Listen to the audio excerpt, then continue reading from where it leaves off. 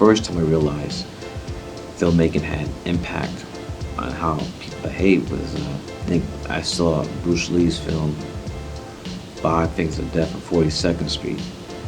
And after the film was over, like 1,000 kids run up and down the block doing flying kicks and all that stuff, trying to be Bruce Lee. So that's when it hit me. To say you want an education in film does not mean necessarily you have to go to film school. A lot of people can't afford film school, even in America. Say, you know, for that amount of money I'm paying to go to film school, I could buy a camera. I could buy a lighting package. Filmmakers, my generation, you went to film school to get the equipment because you had no access to the equipment. Now, with the iPhone, you're a potential filmmaker. So big difference. And that comes with the whole digital revolution. You don't have to go to film school to be a filmmaker. Writing. I think that if you just did a random poll to look at the last 20-something years, the films by first-time filmmakers, you see that they wrote the script, they were hyphen, they were writer-director. So that, you know, that must tell you something. That you could write, there's a greater chance that you're gonna get that first film made. Well, you might be asking the wrong person because I'm not the expert on world cinema.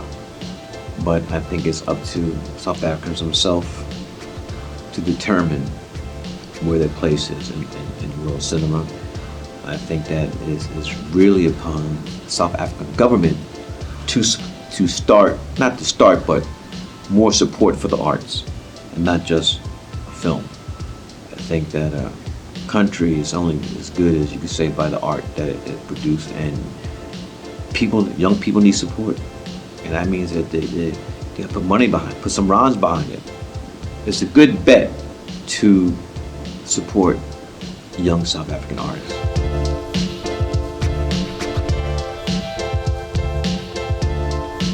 Well, number one, the tyranny, the yoke of apartheid is gone.